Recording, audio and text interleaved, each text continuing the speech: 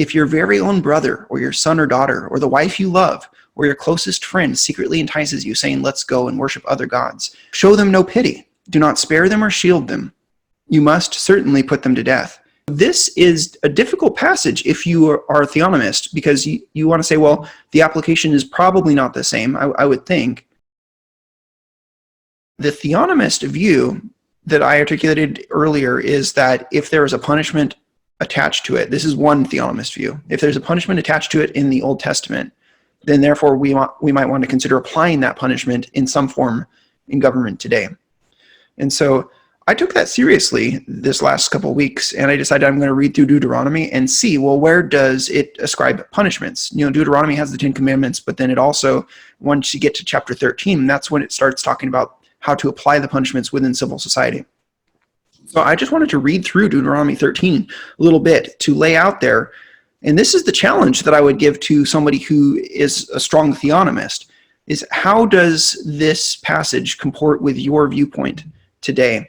So Deuteronomy 13, it says, if a prophet or one who foretells by dreams appears among you and announces to you a sign or wonder, and if the sign or wonder spoken of takes place and the prophet says, let's follow other gods, gods you have not known, and let us worship them, you must not listen to the words of that prophet or dreamer. The Lord your God is testing you to find out whether you love him with all your heart and with all your soul. It is the Lord your God you must follow, and him you must revere. Keep his commands and obey him, serve him and hold fast to him. That prophet or dreamer must be put to death for inciting rebellion against the Lord your God, who brought you out of Egypt and redeemed you from the land of slavery. That prophet or dreamer tried to turn you away from the Lord your God, from the way that the Lord your God commanded you to follow. You must purge the evil from among you.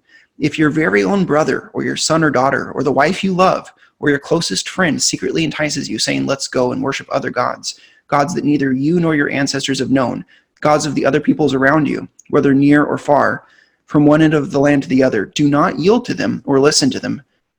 Show them no pity. Do not spare them or shield them. You must certainly put them to death.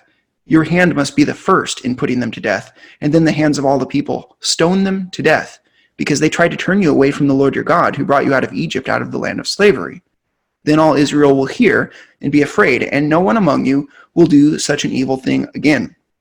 And then it goes on, and it even says that if a town uprises against God, then they ought to destroy the entire town, all of the people and even all of the livestock in the town. And so this is a difficult passage if you are a theonomist, because you want to say, well, the application is probably not the same, I would think. These commands are specifically to Israel, and something that Jacob and I talked through before as we were preparing is, can we even justify morally? Can we understand the moral justification for why God would have commanded that in Deuteronomy 13? And we had kind of 3 points as we approached that. One is that, yes, God owns everything. He can do whatever he wants. He owes breath and life to no one. So he could do that.